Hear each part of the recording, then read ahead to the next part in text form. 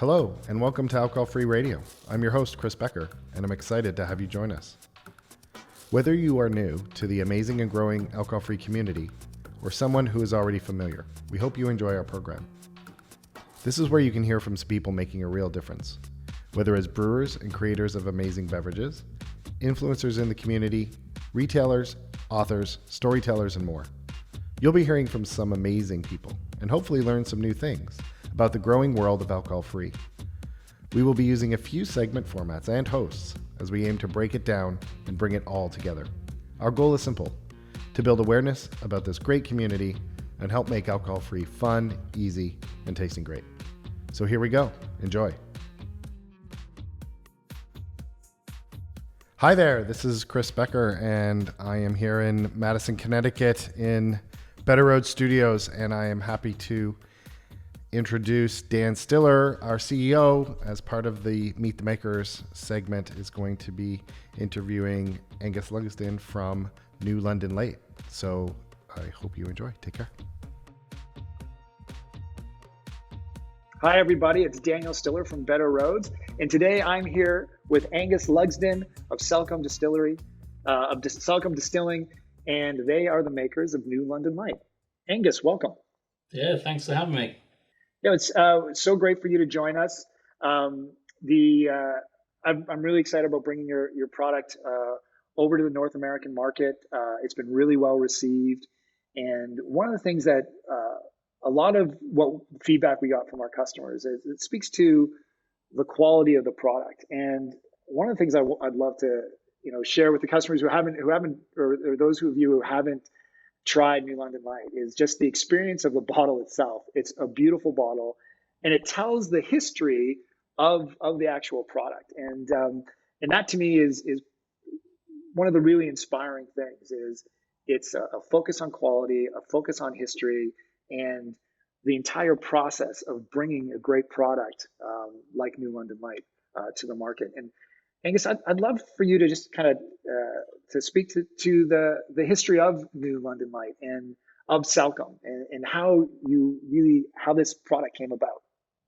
Yeah, absolutely. So, God, it's a kind of, where do I start? So, Salcombe is a beautiful coastal town in the southwest of Devon. And Devon's in right down the southwest part of England. It's about 20 miles from Plymouth along the coast. And it's kind of the easiest way to describe Salcombe. It's a bit like the Hamptons of the UK, with a little bit of Cape Cod thrown in probably. So that kind of sets the scene in terms of this stunning coastal town. These days it's known for more for its sailing and its kind of aspirational kind of lifestyle and vibe. As I say, it kind of vies as being one of the most expensive places to buy a second home in the UK. But it's a natural port. But historically, it was very famous for something called Salcombe fruiters. And these were fruit schooners, sailing vessels that were all built in Salcombe and some of the neighbouring coastal towns. That in their heyday, which was roughly between 1820 and 1880, they were responsible for importing up to 80% of citrus fruits and spices into England's ports, mainly into London, Liverpool, Bristol, Hull and Southampton. And they traded all over the world, but with a very big trade in the Mediterranean, carrying citrus, herbs, spices, wine, and also the Azores at the time. There was a big orange trade. And then also from the Caribbean as well, and they were carrying pineapples, spices, and rum back to the English shores. And at the time, then pineapples, for example, were the luxury status symbol of their day. The best specimens would go for £1,000 in Covent Garden Market, and that's in the 1820s. Yeah. Well, so that would probably be about 1860 when they were going for that. But they used to sail up the Thames, and it was always a kind of a pride who could get there first and who had the biggest pineapple. So they used to pin the largest pineapple they had on the end of the jib boom of the sailing vessel to announce their arrival. And they used to all land at St Catherine's Dock in London. So we actually so it was really famous then for that. As I said, these days it's slightly different. We also have a very strong crab and lobster fishing industry in Salcombe, and brown crabs exported all around the world, particularly over to Asia. But when we were developing the brand, Salcombe Distilling Company is the brand, but we have two kind of brands: Salcombe Gin, which we're kind of very well known for our alcoholic gin, and now more so for our non-alcoholic spirit, New London Light, or NLL, as people see on the bottle. And as we were developing the brands, we were researched.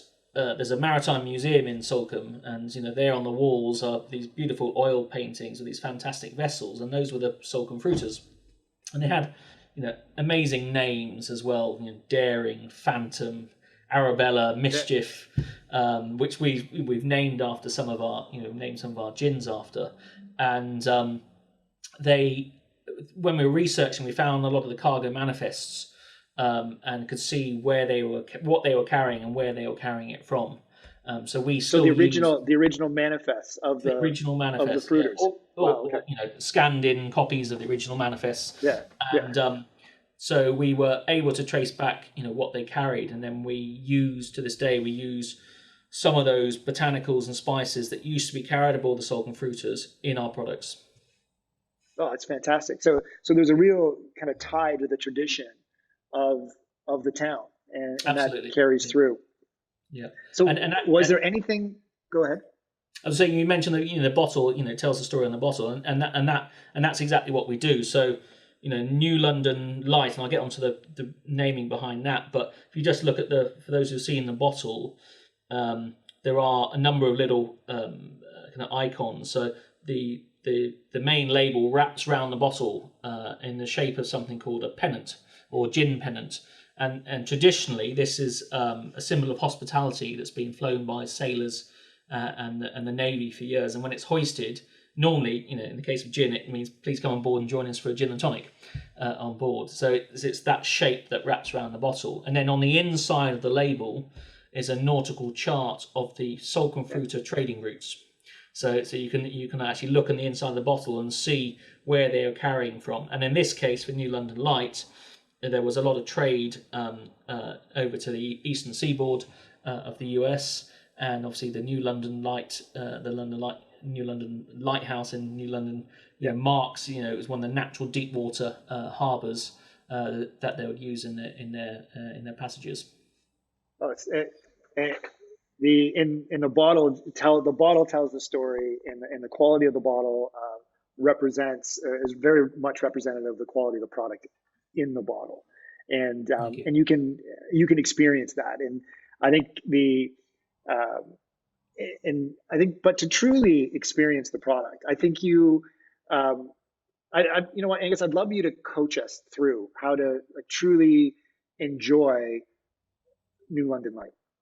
Yeah. So for us, it's always about taste, regardless of what we're producing, and we are a distilling company. So we took what we know about gin and how to extract flavors and aromas from botanicals, and we wanted to create a non-alcoholic spirit that was every bit as good, if not better sometimes, than our gins. And one of the reasons for that is, I think, whatever your reasons for not drinking or wanting to reduce your intake of alcohol, that doesn't really matter. The thing is, we don't want people to miss out. We want people to have that same ceremony, that same experience that you have when you pour yourself a drink, whether that be in the evening or at lunchtime or wherever it is.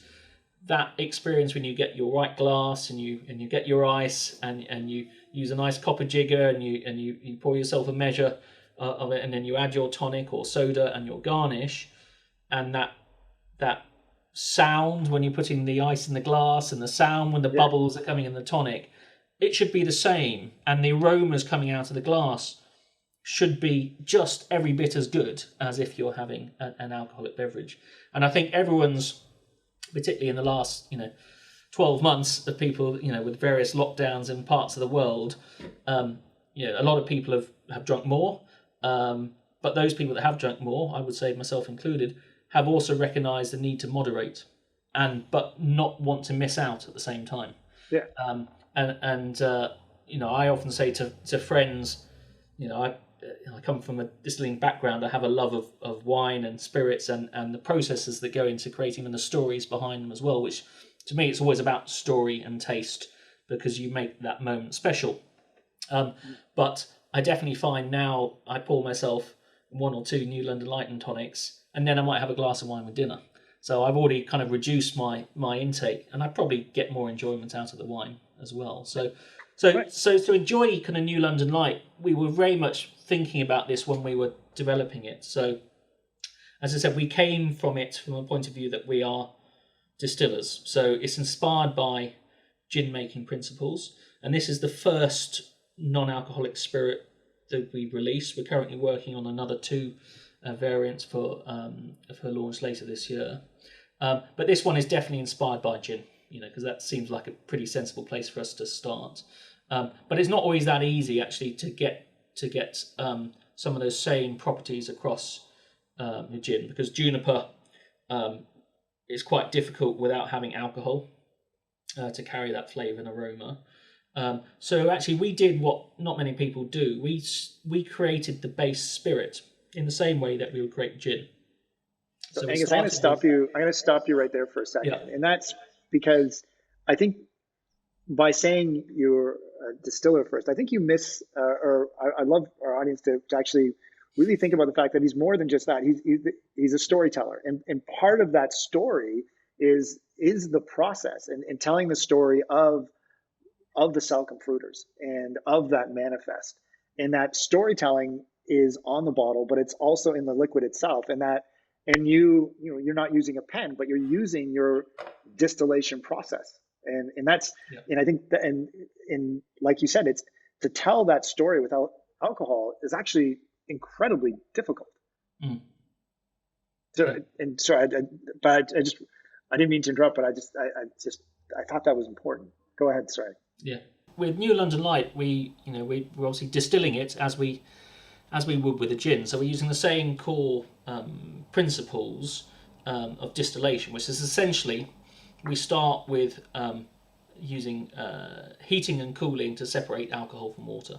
So obviously for a gin, we're adding all the botanicals during the distillation process, and heating up the liquid, and as it converts to vapors, we're obviously carrying those botanicals across. And we start New London Light in exactly the same way. So we're using the same gin making principles, and we start with juniper as our base.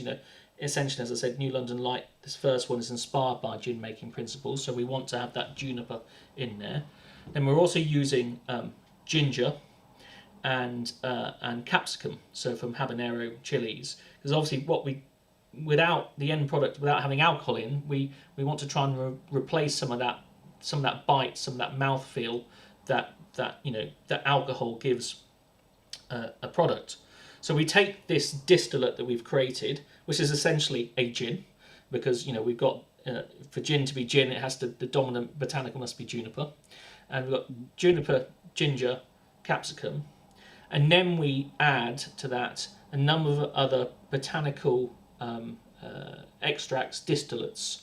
Not all distillates, but botanical extracts from other botanicals. Now, each different botanical, in order to extract the best of that aroma and flavour, requires a different kind of method, effectively a different cooking method to extract those flavours. So some of them are distilled in the same way. Some of them are distilled under vacuum, so it requires a lower temperature. So you protect and preserve all those aromas and flavours. Some are required from steeping the botanicals and effectively macerating the botanicals. And then when they're all blended together, then essentially they're diluted. And that's how we're not stripping out the alcohol by another method. We're diluting it down to to effectively there's only a trace element of alcohol left. So, but what we're doing differently to gin is we're starting with super concentrated, a much larger quantity of botanicals so that when we do dilute, we still have all that flavour and aroma. So it's a much more complicated and complex process to make the alcohol-free version. Yeah, it's far more complicated and far more expensive to make a non-alcoholic spirit. I say that to make it with the same approach, the same handcrafted attention to detail and passion. Yes, there are brands out there, tend to be much bigger brands, that produce this stuff will be produced in a chemical factory. We're not about that. We're about in that same meticulous craft, and there's no reason, as I said early in the interview, I wanted people to not miss out, have that same ceremony and that flavour experience. And there's no reason that you have to have alcohol to have that experience. It's just more difficult to get those flavours and aromas because some botanicals really require alcohol as a solvent to get those and to carry those aromas and profiles. So actually in New London Light, we've got botanicals that we haven't historically used in our gin that come across really well, things like lemongrass and the ginger and some of the spices, because they are easier to deliver on that aroma and flavour than ones that we require a kind of higher level of alcohol to do so. But it's the same, it's the same kind of care and attention that goes into creating this. In some ways, perhaps even more, because it's just more complicated.